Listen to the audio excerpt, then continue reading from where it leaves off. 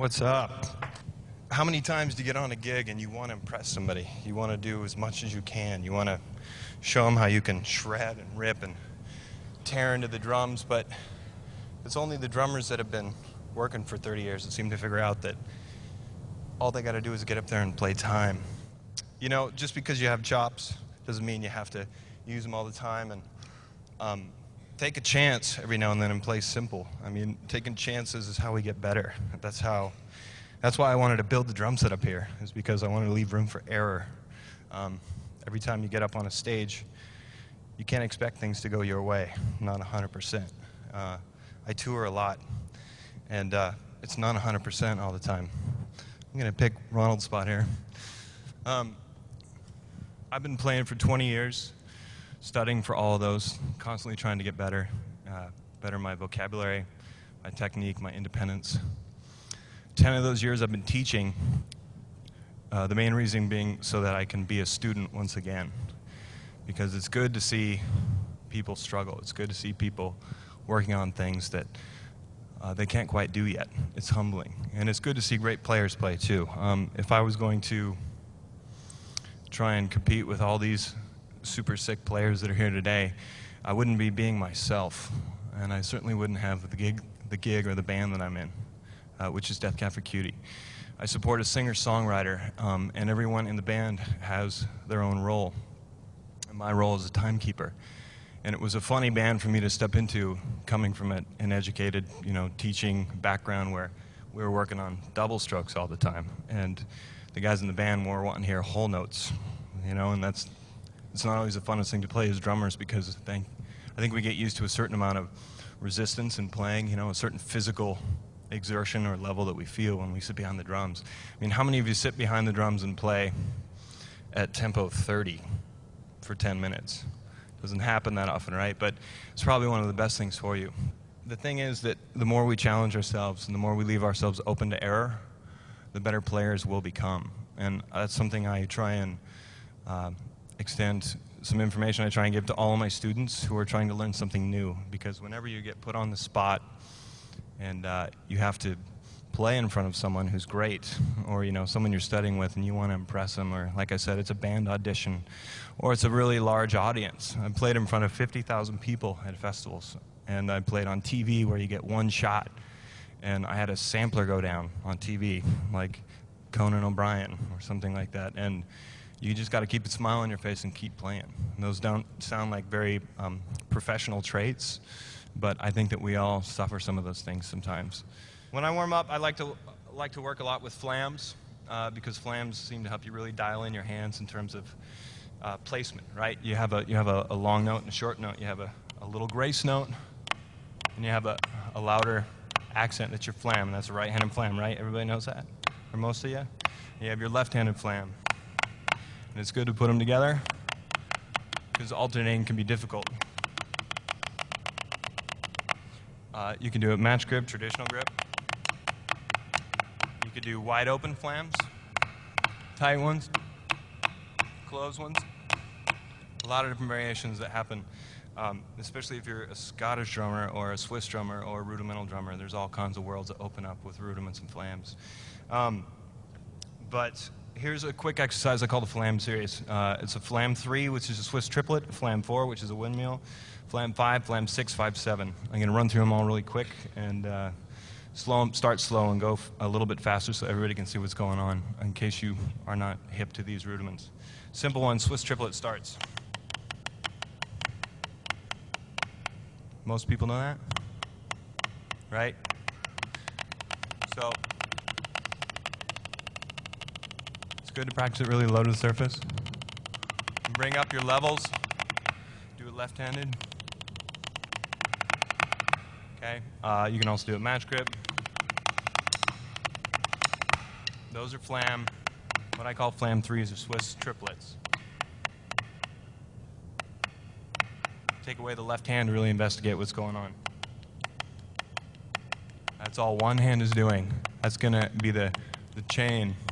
Right? That's a link in the chain. No matter how fast you could do this, that's what you're limited to. So you bring your other hand. So if you're doing this, which some people can do, it's sort of like a shuffle. Right? All you got to do is bring in your other hand.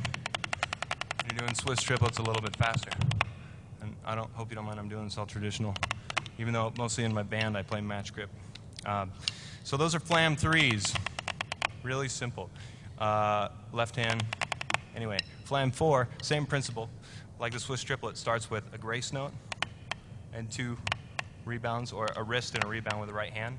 The four just has 4 notes. 1, 2, 3, 4. The left, same thing. 1, 2, 3, 4. So, take away the left hand.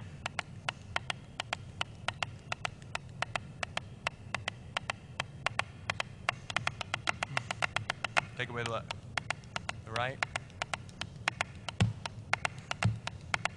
Put the hands together. Oops. Same thing. You can make some pretty cool rhythms out of just these simple rudiments. Take them off the pad and put on the drum set, which I'll do really quick when I get back there. Flam 3, flam 4. All right. You got flam 5, which same principle, starts with 2 rights, and then you go 1, 2, 3, 4, 5. And it leads with the right, everything. 1, 2, 3, 4, 5. 1, 2, 3, 4, 5. 1, 2, 3, 4, 5. 1, 2. Take away the hand. It sounds like a 5/4 clave. All right. So everything odd number, 3s, 5s, 7s, 9s. They all yeah. Those are the numbers, right? They all lead with one hand. All even numbers go hand to hand. So flam 5.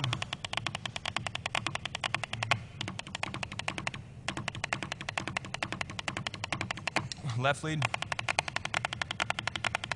Okay, and then we got flam 6. Same principle. Starts with a grace note and 2 rights as a wrist and a rebound. So right, 3, 4, 5, 6. Right? 1, 2, 3, 4, 5, 6. Left side, 1, 2, 3, 4, 5, 6.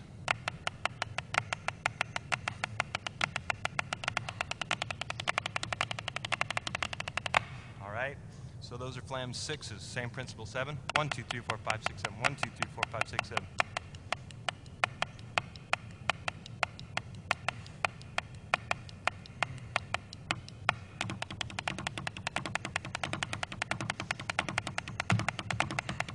Put them all together, and you have a lot of different rudiments you can work with.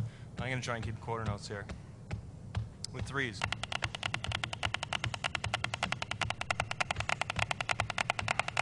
Fours. 5. 6. Oh, sorry. What is 6? Anyone count?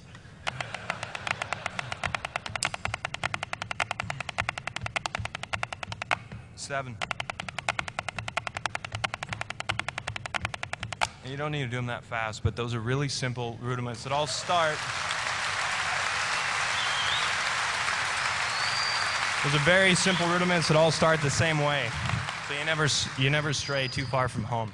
Really quickly on the drum set, I'm going to do 2 things. A flam 4 that I talked about, and a flam 2 flam 5s and 2 flam 3s, which is 5 plus 5 and 3 plus 3 is 16. So it's a 4-bar phrase, right?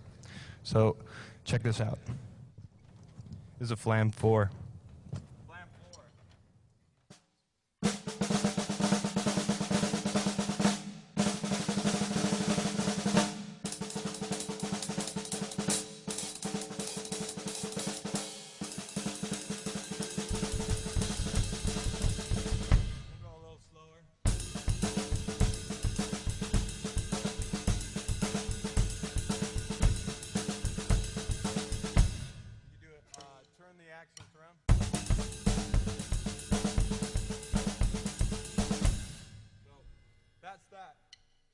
Here's the 2 5s and 2 3s.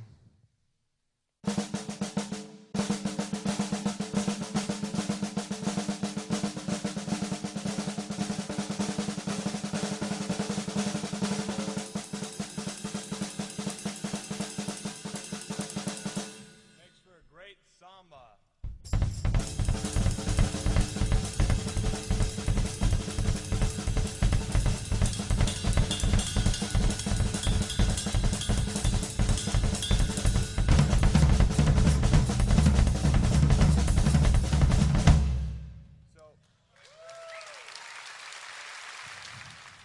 I really like your groove. It's precise and yet still seems organic.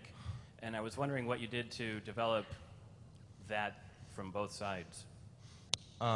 Precise and organic. Do they sell that kind of produce? I just play, man. I try not to sweat it too much, and I'm always working on it, trying to work on time, trying to work on independence. Oh, I never did the independence exercise. Oh well. I have a long way to go, but playing with people is a really good way to work on your groove. That's how you develop in general. Like if you just played by yourself in your practice space for the next 50 years, man, you'd be the best drummer you've ever heard. Right? But what else? Yeah, that's pretty much that. It's just playing time behind the drums, listening to a lot of music, and trying to play along with styles and feels that you gravitate towards. Put your iPod on shuffle and just start playing along with the next song that comes up. It's a really good way to, or your MP3 player, or whatever library of music you have, just surprise yourself, see what happens. Thanks. I'm going to do one more for you. These are all songs that I've written and performed and recorded, and well, not performed, performing them for the first time here, but I tried to do everything myself.